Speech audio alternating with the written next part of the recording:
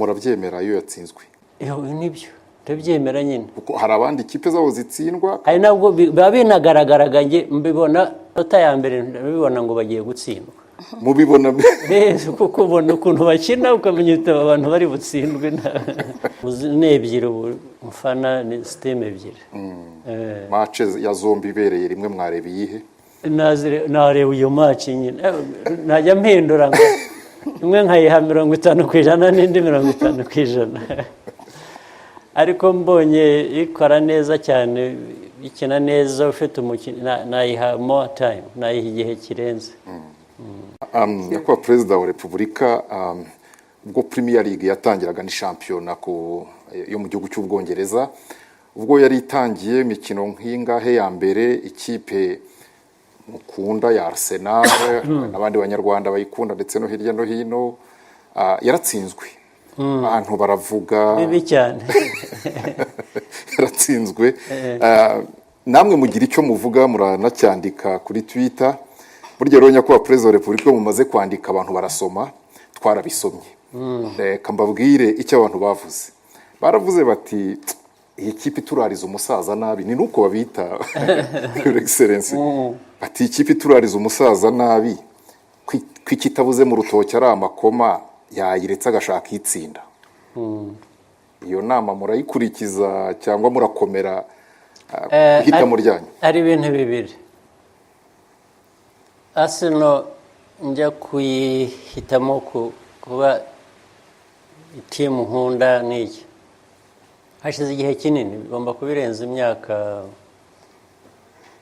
30 cyangwa n'indi irenzeho. Icyo gihe yari timu nyine kandi ifite amateka gaburi ugiye kureba muri English Premier League, muri ya matimu yose ni imwe mu za mbere zabanje zirengeje imyaka 100, ariko banakinaga neza n'iki. Icyo gihe njya kuyifana, nkakunda abakinnyi bayirimo, nkakunda umukino wabo umeze n'iki. Hanyuma nyine biza muri ibi bihe by'ejo bundi aho idaheruka muri Big Four. Niba nibuka muri 2011 ni hambere Your Excellency, ndavuga na 2011 nabwo hari indi tweet nigeze gukora. Yego. Indi ni yejo bundi. Nayo mvuga nk'ibyo narebaga itagenda neza, nabyo mbivuga ndetse nza kuvuga ntakwiye kugira igihinduka. Ntabwo nzi niba igihinduka ari abakinnyi, ari umutoza, ariko hagomba kugira igihinduka, kubera ko narebaga ubona batangiye ubundi bajyaga baba mbere nyine iteka mu ba mbere bane. In fact babanje kujya bakina bashaka kuba ba mbere, bigeze aho kuba ba kabiri ntacyo byabatwaye, bigeze aho muri ba mbere bane nabo bigeze aho no mu ba mbere 10 bakaba babamo. Ureba ko bitagenda neza. So ntabwo rero iyo ukunda ikintu ntabwo gusa kantu gato kaba bahera ko kuri jye umuntu wese afite uburenganzira bwo kuba yabishobora no kuvuga ati ibi ngibi nafanaga nakurikiranaga ndashaka iriya. Ibyo ni uburenganzira bw'umuntu kuba yabikora, ariko ntabwo ariko meze. Niba ndahendahenda ndihangana najya n'inama aho bibaye ngombwa bishoboka, ariko ntabwo napfa kureka ikintu nakundaga kubera impamvu gusa ndahindi kubera ko batsinzwe. Ni ikibazo, ariko ni ikibazo bakwiriye kugishakira umuti.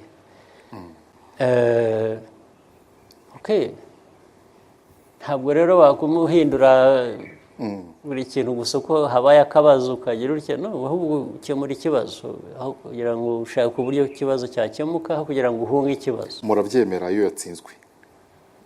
Nibyo ndabyemera nyine, kuko hari abandi ikipe zabo zitsindwa, hari nabwo biba binagaragaraga nge mbibona no mu minota ya mbere ndabibona ngo bagiye gutsindwa. mubibona Kuko ubona ukuntu bakina ukamenya uti aba bantu bari butsindwe. Ariko murawurangiza uwo mukino mwamaze kubona ibimenyetso by'uko kenshi batari mu ndawurangiza njye ntabwo nabihunga nta ikibazo bintwaye.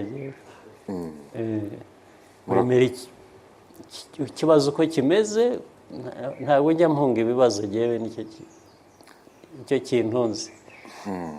Ntabwo mpunga ibibazo. Mfite inshuti yanjye ikajya mu bibazo, umuntu akomeza ari inshuti keretse niba ari ikibazo kijyanye no kwangiza ubucuti nari mfitanye nawe. Ariko ubundi ari inshuti akagira ibibazo bitarimo icyaha, aguma ari inshuti namufasha ahubwo mbishoboye. Ntabwo nahunga umuntu inshuti cyangwa umuntu tuziranye kubera ko agize ibyago. Ntabwo ariko bimera. So n'abariya nabo ntabwo ari icyaha, ni amakosa gusa, ariko amakosa ntabwo ari icyaha.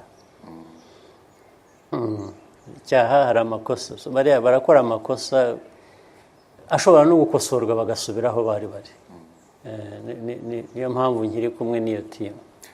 Kandi ndababwira mbona umwanya wo kuvugana nabo, njya mvugana nabo bakabyakira. Wabonye n'igihe umutoza wa Arsenal wa kera witwaga Arsene Wenger, wabonye ko yaje hano azanye na perezida wa FIFA, twarahuye twaranaganiriye, tujya no mu bya kera, njya no muri ibyo nanditse nabyo ndabimubwira, mubwira n'icyo nabivugiye, usanga turaganira. Niyo ngenda jyewe hanze nanyuze nka London hakaba umupira, hari n'ubwo njyayo nkajya muri stade nkajya kureba uwo mupira.